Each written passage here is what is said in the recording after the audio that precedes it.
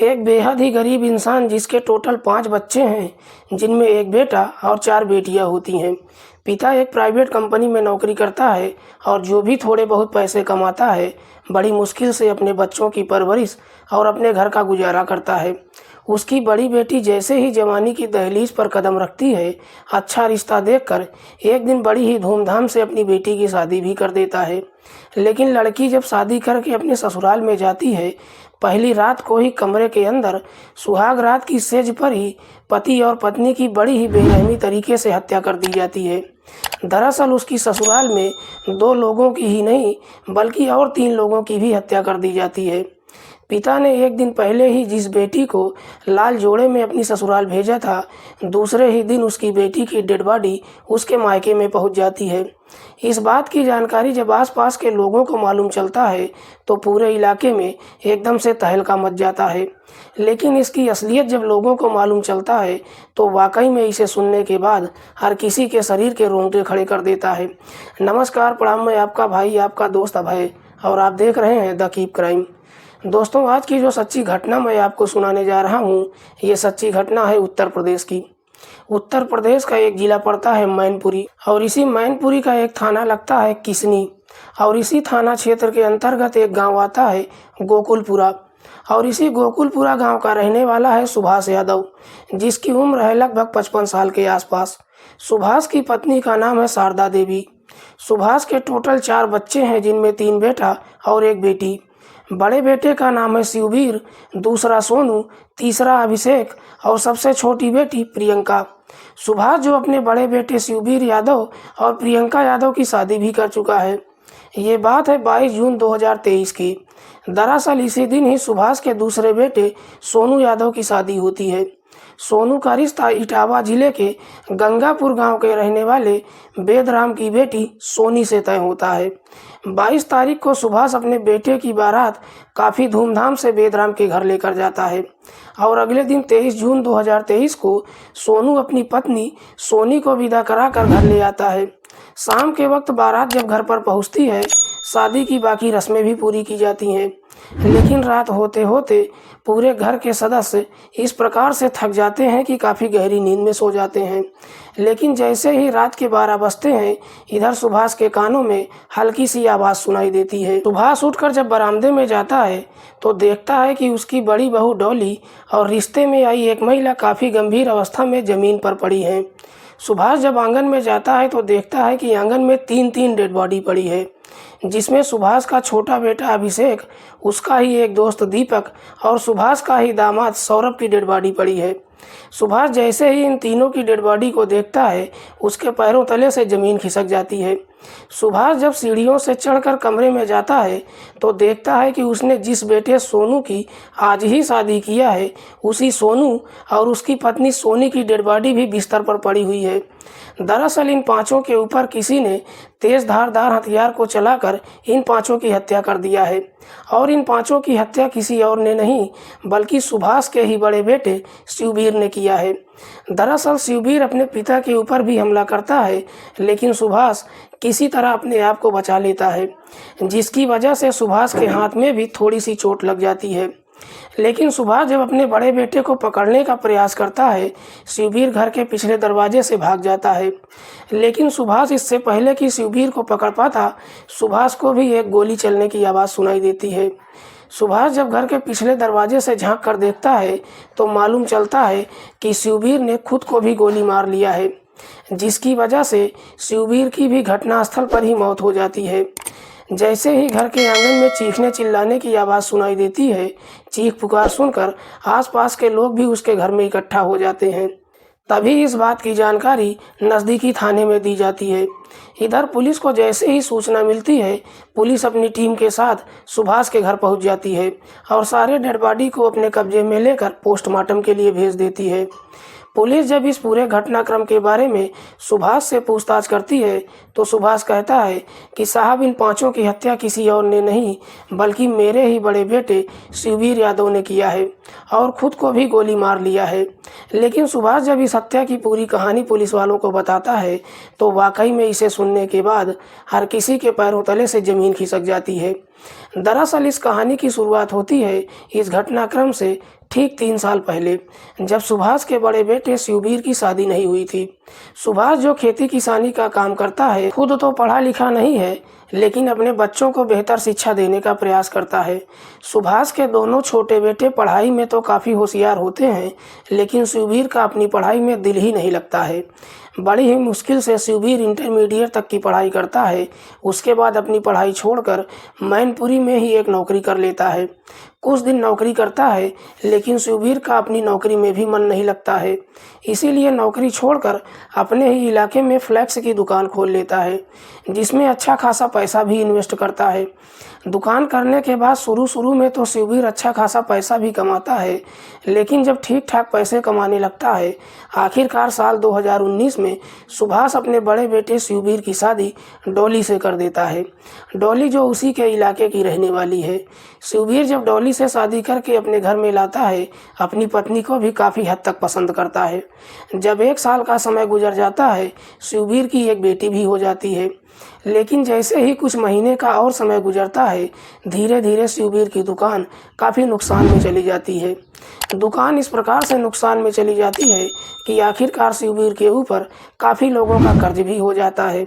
हालात इतने बुरे हो जाते हैं कि शिवबीर अपनी दुकान का किराया भी ठीक से नहीं दे पाता है, जिसकी वजह से शिवबीर अपनी दुकान बंद कर देता है।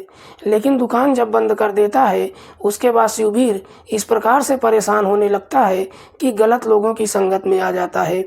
जैसे ही गलत लोगों की संगत में आ जाता है, तो सुभाष भी काफ़ी सोच में पड़ जाता है कि आखिरकार अपने बेटे को सही रास्ते पर कैसे लाया जाए। इसीलिए सुभाष अपने बेटे को ग्रेटर नोएडा में भेज देता है। इधर शिवबीर जब नोएडा में जाता है, जाकर एक प्राइवेट कंपनी में नौकरी करने लगता है। तब तक इधर सुभाष का दूसरा बेटा सोनू भी राजस्थान में एक नौकरी करने लगता है, और छोटा बेटा अभिषेक अपने ही इलाके में एक दुकान कर लेता है। दोनों बेटे भी ठीक ठाक पैसे कमाने लगते हैं। सोनू और अभिषेक भी जब ठीक ठाक पैसे कमाने लगते हैं, इधर शिवबीर जब अपने घर में पहुंचता है, तो अपने पिता से कहता है कि मुझे कुछ पैसे दे दो ताकि मैं अपना कर्ज वापस कर सकूं। लेकिन सुभाष अपने बड़े बेटे शिवबीर से कहता है कि तुमको एक फूटी कौड़ी भी नहीं मिलेगी। जो भी कर्ज लिया है तुमने लिया है, पैसे कमाओ और अपने कर्ज को वापस करो। उसके बाद शिवबीर वापस नोएडा चला जाता है। लेकिन जैसे ही कुछ महीने का समय गुजरता है, शिवबीर को मालूम चलता है कि उसके पिता ने 5 बीघा ज़मीन खरीदा है। इस ज़मीन के बारे में जब शिवबीर को मालूम चलता है, तो वो घर पर आता है और अपने पिता से कहता है कि तुम लोगों के पास ज़मीन खरीदने के लिए पैसा तो है, लेकिन मेरा कर्ज उतारने के लिए तुम लोगों के पास एक फूटी कौड़ी भी नहीं है। मुझे पैसा चाहिए। लेकिन इस बार भी सुभाष अपने बेटे को 1 रुपया नहीं देता है। शिवबीर जब अपने पिता से कहता है कि ठीक है, अगर तुम लोग मुझे पैसा नहीं दे सकते हो तो कोई बात नहीं, लेकिन जो ज़मीन तुम लोगों ने खरीदा है, उस ज़मीन में मेरा नाम क्यों नहीं दिया है। इस पर सुभाष अपने बड़े बेटे को समझाते हुए कहता है कि वो ज़मीन सोनू और अभिषेक ने अपनी कमाई से खरीदा है, इसलिए उस ज़मीन पर उन दोनों का ही हक है, तुम्हारी उसमें कोई हिस्सेदारी नहीं है। इस वजह से शिवबीर अब इस प्रकार से गुस्से में आ जाता है कि अपने पिता से ही नफरत करने लगता है। इधर सोनू राजस्थान के जिस कंपनी में नौकरी करता है, उसी कंपनी में काम करने वाला बेदराम, जो इटावा के गंगापुर गांव का रहने वाला है। बेदराम की 4 बेटियां और एक बेटा है। बेदराम जब सोनू को देखता है, तो कहीं ना कहीं उसको अपनी बड़ी बेटी सोनी के लिए पसंद आ जाता है। इसीलिए बेदराम जब होली में साल 2023 में अपने घर पहुंचता है, अपनी बड़ी बेटी का रिश्ता लेकर सोनू के घर पर चला जाता है। अपनी बेटी के रिश्ते के बारे में जब सुभाष से बातचीत करता है, सुभाष को भी ये रिश्ता पसंद आ जाता है और अपने बेटे की शादी 22 जून 2023 को तय कर देता है। लेकिन जैसे ही ये रिश्ता तय हो जाता है, इस बात की जानकारी शिवबीर को मालूम चल जाता है।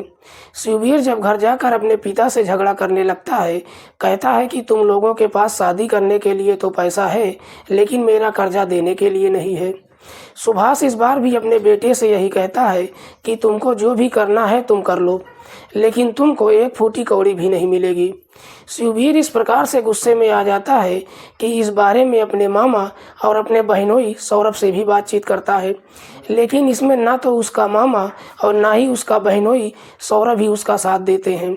इसीलिए शिवबीर अपने मामा और अपने बहनोई सौरभ से भी नफरत करने लगता है। शिववीर के अंदर इस प्रकार से नफरत भर जाती है कि एक दिन अपने पिता से कहता है कि मुझे सच सच बताओ कि मैं तुम्हारी ही औलाद हूँ कि नाजायज औलाद हूँ, क्योंकि तुम लोग मिलकर मेरा साथ नहीं दे रहे हो। इतनी बड़ी बात कहने के बावजूद भी सुभाष के ऊपर कोई फर्क नहीं पड़ता है। शिववीर की लाख कोशिश करने के बावजूद भी जब उसके पिता के कानों पर कोई असर नहीं होता है तो शिववीर उसी दिन ही सोच लेता है कि मैं अपने पूरे परिवार को हमेशा के लिए इस दुनिया से ही हटा दूंगा। उसके बाद ये सारी ज़मीन और जायदाद मेरी हो जाएगी। इधर शादी की तारीख जब नज़दीक आती है तो सुभाष इस शादी के बारे में अपने बेटे शिववीर को बताता भी नहीं है, लेकिन शादी से ठीक 3 दिन पहले शिववीर अपने घर पहुंच जाता है और घर पहुंचने के बाद अपने षड्यंत्र के तहत पहले से ही एक अवैध हथियार खरीद कर अपने घर में रख लेता है और ऐसे रहता है जैसे किसी को भी उसके ऊपर शक ही नहीं होता है कि शिववीर इतना बड़ा कांड करने वाला है। हंसी खुशी शादी समारोह में शामिल भी होता है। 23 जून 2023 को बारात जाती है। सोनू अपनी पत्नी को विदा कराकर 23 जून को अपने घर लेकर आता है। शाम के समय शादी की बाकी रस्में भी पूरी की जाती हैं, लेकिन तब तक रात के लगभग 12 बज जाते हैं। पूरा परिवार इस प्रकार से थक जाता है कि उसके बाद शिववीर कुछ कोल्ड ड्रिंक खरीद कर लाता है और सबको एक गिलास पिला देता है। लेकिन जब सबको कोल्ड ड्रिंक देता है तो उस कोल्ड ड्रिंक में कुछ नींद की गोलियां भी मिला देता है। इधर जब सोनी की पत्नी उस कोल्ड ड्रिंक को पीती है, उसी समय ही सोनी के पिता बेदराम उसको फ़ोन करते हैं और उससे पूछताछ करते हैं कि तुम्हारी ससुराल कैसी है। सोनू भी काफ़ी खुश होती है और कहती है कि घर के सारे लोग काफ़ी अच्छे हैं। लेकिन जैसे ही सब के सब कोल्ड ड्रिंक पीते हैं, पीने के कुछ देर बाद ही सभी गहरी नींद में सो जाते हैं। जैसे ही रात के 12 बजते हैं, शिववीर उस हथियार को लेकर आता है और सबसे पहले आंगन में जाता है तो देखता है कि आंगन में उसका छोटा भाई अभिषेक और उसका दोस्त दीपक और उसका बहनोई सौरभ काफ़ी गहरी नींद में सो रहे हैं। सोते समय ही उस हथियार को उन सभी के गले पर चला देता है, जिसकी वजह से तीनों के मुंह से आवाज़ ही नहीं निकल पाती है और घटनास्थल पर ही तीनों की मौत हो जाती है। उसके बाद जीने से चढ़कर जब ऊपर जाने की कोशिश करता है तो मालूम चलता है कि जीने पर जो दरवाज़ा लगा हुआ है वो अंदर से बंद है। शिववीर घर से बाहर निकलता है और सीढ़ियों के माध्यम से छत पर चला जाता है और छत पर जाने के बाद सोनू के कमरे में जाता है। जाकर देखता है तो सोनू और उसकी पत्नी सोनी भी काफ़ी गहरी नींद में सो रहे होते हैं। सोते समय ही शिववीर उस हथियार को दोनों के गर्दन पर चला देता है, जिसकी वजह से सोनू और उसकी पत्नी सोनू की ही घटनास्थल पर ही दर्दनाक मौत हो जाती है। उसके बाद जीने के माध्यम से दरवाज़ा खोलकर फिर से आंगन में जाता है और सीधे बरामदे में पहुंच जाता है। बरामदे में पहुंचने के बाद अपनी ही पत्नी डॉली और अपनी ही मामी के ऊपर उसी हथियार से हमला कर देता है, लेकिन तभी दोनों की नींद खुल जाती है। हालांकि दोनों को काफ़ी गहरी चोट भी लगती है। चोट लगने की वजह से दोनों चीखने चिल्लाने लगती हैं। दोनों की चीख पुकार सुनकर इधर सुभाष की भी नींद खुल जाती है। जैसे ही सुभाष बरामदे में पहुंचता है, शिववीर अपने पिता के ऊपर भी हमला कर देता है, लेकिन हमला करने के बाद जैसे ही घर के पिछले दरवाजे से भागने की कोशिश करता है, सुभाष अपने बेटे को पकड़ने के लिए जाता है। लेकिन इससे पहले कि सुभाष शिववीर को पकड़ पाता, शिववीर अपने पास से एक हथियार को निकालता है और उसी हथियार से खुद के ऊपर भी गोली चला देता है। वाकई में सुभाष जब ये पूरी कहानी पुलिस वालों को बताता है, पुलिस मुकदमा तो दर्ज करती है, लेकिन जिस अपराधी ने इन सब की हत्या किया है वो खुद भी इस दुनिया को छोड़कर जा चुका था। इसीलिए पुलिस भी इस केस की फाइल को बंद कर देती है। लेकिन जब इसकी असलियत लोगों को मालूम चलता है तो वाकई में पूरे इलाके में हर किसी के पैरों तले से ज़मीन खिसक जाती है। दोस्तों, आज की कहानी सुनाने का उद्देश्य किसी को परेशान करना नहीं है, किसी की भावनाओं को आहत करना नहीं है। हमारा उद्देश्य समाज में हो रहे अपराध के प्रति आपको जागरूक करना है। मिलते हैं किसी और सच्ची कहानी के साथ, तब तक के लिए नमस्कार, जय हिंद।